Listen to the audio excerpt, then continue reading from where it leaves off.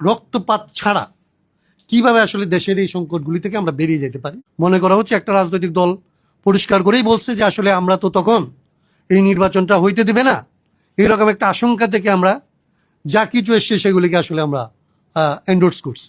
গণভোটের 3.5টা প্রশ্নে তারা একমত, আধা প্রশ্নে তাদের একমত না। আর যদি কেবলমাত্র এটা আপনাদের দলের ইগোর ব্যাপার হয়, আধা প্রশ্নের সমঝোতা করতে চাই আমরা যারা, এরা সবাই মিলে আরো যৌথ কিংবা আসলে সম্মিলিত উদ্যোগেও একটা বড় রকমের পরিবর্তনের প্রয়োজন ছিল। এটা বাংলাদেশ ভেতর থেকে অনেকদিন থেকে অনুভব করতেছিল, কিন্তু এই পরিবর্তনের জন্য তাকে একটা পর্যায়ে এত বেশি মূল্য দিতে হয়েছে যেটা 71-এর পরে আর কখনো এটা ঘটে নাই। এখন 71-এর পরে আমরা সবচাইতে বেশি মূল্য দেওয়ার পরে এবং এটা নিয়ে সবচাইতে বেশি সময় ধরে যে এই পরিস্থিতি থেকে আমরা কিভাবে উত্তরণটা ঘটাবো, তার জন্য প্রায় সবচাইতে বেশি রাজনৈতিক দলকে নিয়ে, সবচাইতে বেশি প্রতিনিধিদের নিয়ে, সুশীল সমাজেরও বেশি মানুষকে নিয়ে প্রাতিষ্ঠানিক অপ্রাতিষ্ঠানিকভাবে সমাজের মধ্যে এই পরিবর্তনকে ধরে 24 থেকে 26 পর্যন্ত মানে যা কিছু ঘটছে, নির্বাচনী বলেন, ঐক্য কমিশনই বলেন, আর এমনিতে কমিশনই বলেন, আলোচনায় যুক্ত করা হয়েছে কিংবা যুক্ত করা হয় নাই, এটা নিয়ে অভিযোগই বলেন, এর সমস্ত আলোচনার কেন্দ্রে ছিল যে বাংলাদেশ রাষ্ট্রটা আসলে যে পথে চলতেছিল এই পথ থেকে আসলে তার চাইতে উন্নততর একটা জায়গায় বাংলাদেশ রাষ্ট্রকে আমাদের নিয়ে যেতে হবে। এই সমস্ত আলোচনার কেন্দ্রে হচ্ছে এই আকাঙ্ক্ষা। খুব অল্প কিছু মানুষ থাকতে পারে যারা মনে করে যে না, এইটা আসলে যত আকাঙ্ক্ষায় যত আগ্রহী তৈরি হোক, এটাকে ভুলায় ভালায় আবার আগের মতো জায়গায় রাখতে হবে কিংবা নিয়ে যাইতে হবে, এই আগ্রহ হচ্ছে খুব অল্প মানুষদের। এবং তাদেরকে আমরা বলি যে তারা লুটেরা গোষ্ঠী হইতে পারে, তাদেরকে শোষক গোষ্ঠী বলি, লুটেরা বলি, নিপীড়ক বলি, যাই বলি, তাদের যাই নাম দেই, আমি বলতে চাইছি এই অংশটা খুবই অল্প। তাদের আসলে যে চাওয়া আর এই যে 95% মানুষের বেশি মানুষের চাওয়া, এই চাওয়াটা এমন একটা জায়গায় এসে দাঁড়াইতেছে যে আমরা একটা রক্তপাতের পরে আশা করতেছিলাম যে এই রক্তপাত থেকে আমরা শিখব যে রক্তপাত ছাড়া কিভাবে আসলে দেশের এই সংকটগুলি থেকে আমরা বেরিয়ে যেতে পারি। তার জন্য যে পথ, সে পথটা আমরা আবিষ্কার করব, এটা পরিবর্তনও করবো, এই পথটাও আবিষ্কার করবো। এরকম একটা ঘটনা কেবলমাত্র আমাদের ইতিহাসে আরেকটা সময়ের সাথে আপনারা মিলাইতে পারবেন। আমরা দেখবেন যে 68 সালে আন্দোলন করছি, আন্দোলন করতে করতে 69 অভ্যুত্থান হয়েছে, অভ্যুত্থানের পরে সেই অভ্যুত্থানের উপরে দ্বারা একটা নির্বাচন, সাধারণ নির্বাচন হয়েছে, সেই নির্বাচন নিয়ে বসার আলোচনা হইতে হইতে বসতে দেয় নাই, যুদ্ধ চাপায় দিচ্ছে, এবং তারপরে একটা নতুন যুদ্ধ করে একটা নতুন দেশ এবং সংবিধান করতে হয়েছে। যে সংবিধান করার জন্য আসলে একটা নির্বাচন হয়েছিল সেটা আসলে করতে দেওয়া হয় নাই তখন।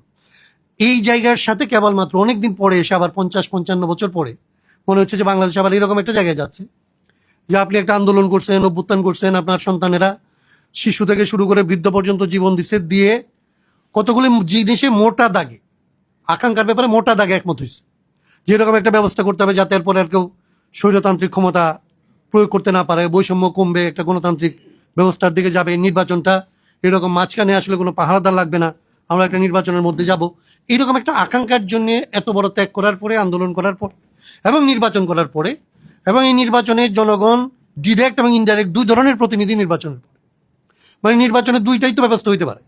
একটা হচ্ছে যে একদম ডাইরেক্ট কাউকে ক্ষমতা দিয়ে দিচ্ছে যে তুমি এটা, আরেকজনকে ক্ষমতা দিচ্ছে যে তুমি তোমার প্রয়োজন মনে, দেশের প্রয়োজন অনুযায়ী তুমি যখন এই কাজগুলি করতে পারো, উদ্দূর পর্যন্ত তোমার সীমা। তো কথাটা বলছি যে জাতীয় সংসদ এবং সংবিধান সংস্কার পরিষদ এই আলোচনা নিয়ে যেগুলি ধরেন আমাদের হাসিফ ভাই বলছে, তারপরে আমি এটা রিপিট করতে চাই না। আর এর আরও পরতে পরতে আরও ঘটনা আছে, সেই পরতগুলি হয়তো আমরা এখন উল্লেখ না করলেও ভবিষ্যতে এরকম প্রয়োজনই আরও স্পষ্ট হবে। কিন্তু যেটা আমি বলতে চাই যে সব কিছুর পরে গিয়ে সবাই মিলে আমরা একটা নির্বাচনে যাওয়ার মতো পরিস্থিতিতে আমরা একমত হয়েছিলাম, এবং সেই নির্বাচনে কি কি আমরা আনবো সেইটার ব্যাপারে একমত হয়েছিলাম। সেইগুলি আসলে লিখিতভাবে ঘোষণা আকারে, আইন আকারে, অধ্যাদেশ আকারে এই জিনিসগুলি আমাদের সামনে এসেছিল, এবং আমরা এগুলির ভিত্তিতে প্রতিনিধি ঠিক করছি এবং সংস্কার পরিষদও ঠিক করছি। আজকে যখন এটা নিয়ে আসলে বসার কথা, আলাপ করার কথা, সংসদের ভেতরে যে আলাপ হবে কিংবা সংস্কার পরিষদের ভেতরে যে আলাপ হবে, এই আলাপটা এখন আমরা দেখতেছি যে আবারও হচ্ছে না। মনে করা হচ্ছে একটা রাজনৈতিক দল পরিষ্কার করেই বলছে যে আসলে আমরা তো তখন এই নির্বাচনটা হইতে দেবে না, এরকম একটা আশঙ্কা থেকে আমরা যা কিছু এসছে সেগুলিকে আসলে আমরা এন্ডোর্স করছি। কিন্তু এটা আমাদের সাথে প্রতারণা করা হয়েছে।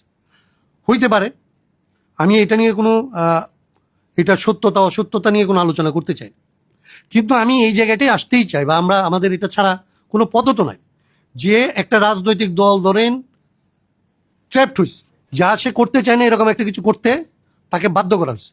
এইখানে দেখার ব্যাপার থাকে কেবলমাত্র দুইটা জিনিস, যা সে করতে বাধ্য হয়েছে, যাকে যা করার জন্য সে তখন তার ভবিষ্যতে একটা স্বার্থের জন্যই বা দেশের স্বার্থেই সে মনে করছে এটা করা দরকার।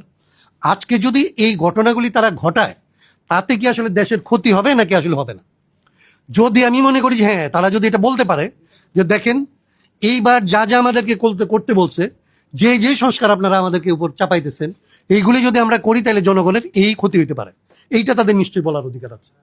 কিন্তু যদি এইটা না থাকে, তাদের যদি এইরকম কোনো আর্গুমেন্ট না থাকে যে আজকে যদি আমরা আপার হাউস করি তাইলে দেশের এই ক্ষতি হবে না, বা আপার হাউস এইভাবে করতে হবে ওইভাবে করতে হবে, আলাপ করতে পারে।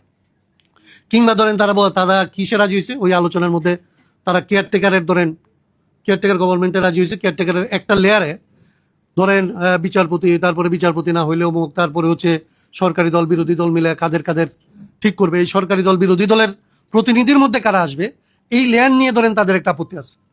এখন এই রকমের 3-4 রকমের ব্যাপার আছে। তো মানে ওনারা যেটা বলছে ওনাদের বাসায় যে 3.5টা প্রশ্নে তারা একমত, গণভোটের 3.5টা প্রশ্নে তারা একমত, আধা প্রশ্নে তাদের একমত না। সে আধাটা প্রশ্ন, এইটা আমরা তাদেরকে অনুরোধ করতে চাই আজকের এই আলোচনা থেকে, যে এই আধাটা প্রশ্ন কোনটা, এবং এই আধা প্রশ্ন তারা মানলে দেশের কি ক্ষতি হবে অথবা মানলে দলের কি ক্ষতি হবে, এইটা তাদের আমাদেরকে খুব দ্রুত, ফরাজি ভাই যে সমস্ত প্রস্তাব দিচ্ছে এটার সাথে আমি যে জিনিসটা যুক্ত করতে চাই, বা এই সভা থেকে আমার যেটা মনে হয়েছে, যেটা আমাদের জন্য প্রয়োজন, সমাধান তো লাগবে আমাদের সবারই, সমাধানের জন্য আমার কাছে মনে হয় এই আধা প্রশ্নের আসলে একটা ক্লারিফিকেশন তাদের দরকার। এবং in addition to that clarification তাদের আমাদের কাছে এইটাও বলা দরকার যে দেখেন এই আধাটা যদি আমরা মানি তাইলে দেশ কিংবা জনগণ এইভাবে ক্ষতিগ্রস্ত হবে, সেই জন্য আমরা মানতে পারতেছি না। সেইটা যদি তারা আমাদের বলে, নিশ্চয়ই আমরা, এইরকম তো না, মানুষ জীবন দিচ্ছে তো একটা ভালোর জন্য, লড়াই করছে দেশের ভালোর জন্য, তো ভবিষ্যৎ বিপর্যয় যাতে না হয় সেই জায়গা থেকে আমরা এটা যোগ করতে চাই যে এই আধাটা প্রশ্ন আপনারা ক্লিয়ার করবেন, এবং এই আধাটা প্রশ্নের মধ্যে ওই ব্যাখ্যাটাও আপনাদের লাগবে যে এই আধাটা মানলে আসলে জাতির কি ক্ষতি হবে। আর যদি কেবলমাত্র এটা আপনাদের দলের ইগোর ব্যাপার হয়, কেবলমাত্র আপনারা বলছিলেন এই জন্যে, যেহেতু আপনারা মানেন না এই জন্য মানবেন না, সেটা হলে আমরা অনুরোধ করবো যে ভাই, আপনাদেরকে আমরা ভোট দিছি, আপনাদেরকে আমরা 2/3 মেজরিটি দিছি, আপনারা আমাদেরকে দয়া করে এই বিপর্যয় থেকে রক্ষা করার জন্য এইটুকু আমাদের দেন। আপনারা চান নাই, কিন্তু দেশের স্বার্থে এইটুকু করেন। আমার মনে হয় যে সমঝোতার পথ ওইখানে আসতে পারে, কারণ সমঝোতা হচ্ছে, আমরা চাইতে পারি, সমঝোতার চাবিটা আসলে এখন সরকারের কাছে চলে গেছে। সরকার এবং একই সাথে তারা সংবিধান সংস্কার পরিষদেরও অধিকাংশ সদস্য তারা, যেখানে আমরা বিভিন্ন রাজনৈতিক দলের নেতৃবৃন্দ আছি এবং সিভিল সোসাইটির বিভিন্ন নেতৃবৃন্দ আছি, আমরা এটা আয়োজন করছি। কিন্তু আমি মনে করি যে আমাদের বাংলাদেশের সমস্ত রাজনৈতিক দল, আপনাদের প্রত্যেকের জায়গা থেকেই এই আলোচনাটাকে আরো বিস্তৃত করা এবং আরো ছড়ায় দেওয়ার উদ্যোগটা আপনাদের নেওয়া দরকার। আমরাও নেওয়ার চেষ্টা করব, এবং সম্ভব হলে সম্মিলিতভাবেও আমরা এটা করতে চাই। যে সমস্ত রাজনৈতিক দল এই আধা প্রশ্নের সমঝোতা করতে চাই, আমরা যারা, এরা সবাই মিলায় আরো যৌথ কিংবা আসলে সম্মিলিত উদ্যোগেও এই আলোচনাটা আমরা চালায় নেওয়ার আগ্রহ ব্যক্ত করতেছি, আকাঙ্ক্ষা ব্যক্ত করতেছি, এবং সেই ক্ষেত্রে আপনাদের সহযোগিতা চাইতেছি। আপনাদের সবাইকে ধন্যবাদ।